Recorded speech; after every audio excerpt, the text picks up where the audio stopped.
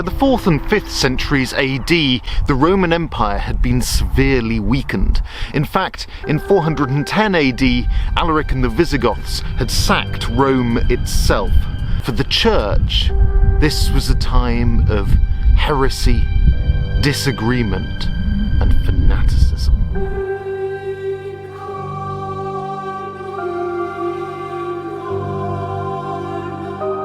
Our story begins with Augustine, who, by his own admittance, as a young man was anything but religious. He would spend his time, in fact, trying to pick up women in churches. But in 386 AD, he was sat in his house in Milan when he heard some children next door singing, "Pick up and read, pick up and read." And so he ran into his house and picked up and read the New Testament, converting instantly back to Christianity. As a result of this conversion, Augustine went back to his native Africa and became the Bishop of Hippo.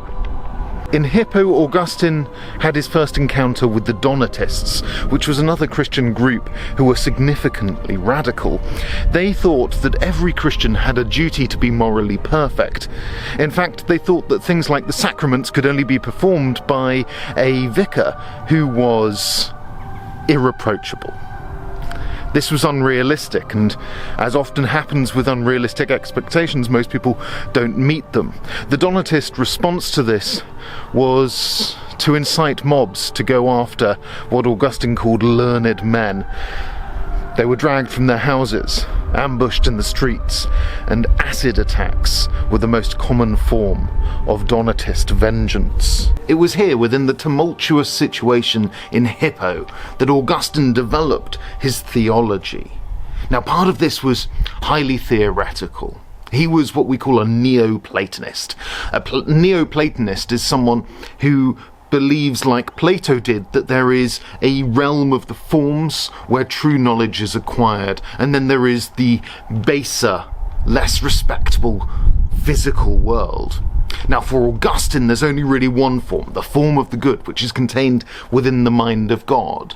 And unlike Plato, who thought that knowledge was gained through reason, Augustine thought that it was gained through revelation from God. That duality, that distinction between kind of the spiritual pure realm and the physical fallen realm is really important for understanding the rest of Augustinian theology. You see, Augustine was not primarily a theologian, he was primarily a bishop, involved in the day-to-day behaviour of his parishioners. And what he saw from the behaviour of his parishioners and from those Donatist radicals was not a perfect human nature, but rather a fallen one. Augustine developed this idea of original sin. He thought that Adam and Eve, who had taken the fruit from the tree of knowledge and sinned first against God, then passed that original sin, that inclination to our baser physical natures and away from our spiritual natures, passed it on throughout the generations, so that every human is born fallen, thinks Augustine, and therefore ought to be accepted as fallen. He sees the role of God like the role of the doctor for the ill patient. Only God is the doctor for the ill human soul. At the same time, back in Italy, there were high ideals amongst the Roman elite and a desire for political change. For instance, if you were to walk along the Bay of Naples, you might see Paulinus, once the richest man in Rome, a Roman billionaire, now a pauper, having given up his wealth in the hope of entering the kingdom of heaven. The desire for equality was strong in the city of Rome itself. It's no surprise then that the second person in our story was so popular with the Roman elite. His name was Pelagius, a British or possibly Irish theologian. He mixed with the elite of Rome, and he had a radically different view to that of Augustine. Pelagius thought that humans were fundamentally free, and that sin, poor behaviour, was a habit and habits, of course, can be broken.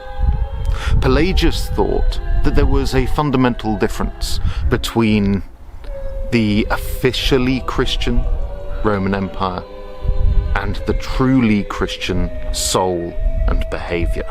Pelagius drew on the behaviour of the early church. He saw, for instance, in the book of Acts, how the first followers of Jesus gave up their property and lived communally.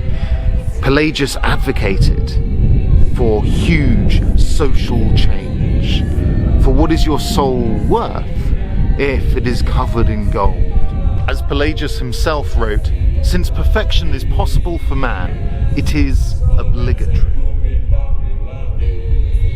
So we have these two radically different views. On the one side, Augustine, who believes that humans are fundamentally flawed due to original sin.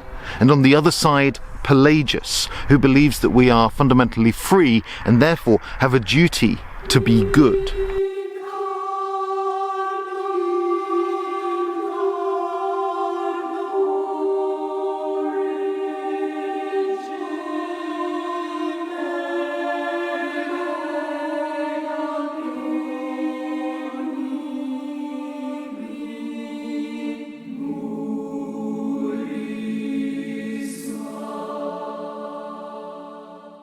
Pelagius sat in Rome, was highly offended when he read Augustine for the first time. Augustine's view of the flawed nature of humankind, Pelagius thought, was offensive because God had created humans, so if humans were flawed, then God would be flawed. The Augustinian response, though, is of course that human nature is not flawed because of God's design, but rather because of human action in the Garden of Eden and the eating of that fruit. Augustine thought that Pelagius was fundamentally wrong in his reasoning. He thought that Pelagius's view that humans can, using their own reason, decide their actions and enact their free will was just wrong. He thought that our emotions were too strong to be guided by reason alone, and instead we needed to put our faith in God. This early theological dispute on human nature was finally put to rest when Augustine and 4 other bishops went to Pope Innocent I and asked him to condemn Pelagius for what they saw as his irreligious views. Innocent I did as asked.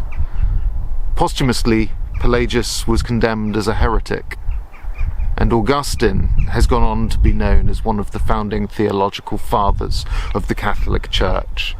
From this point on, original sin and the need for God's grace was baked in to Catholic theology for the next few thousand years.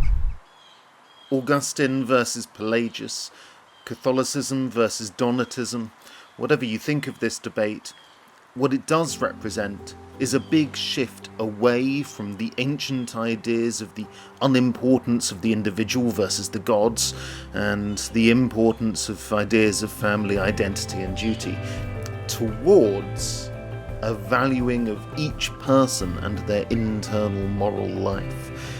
These early Christian debates represent, in my view, an invention of modern ethics.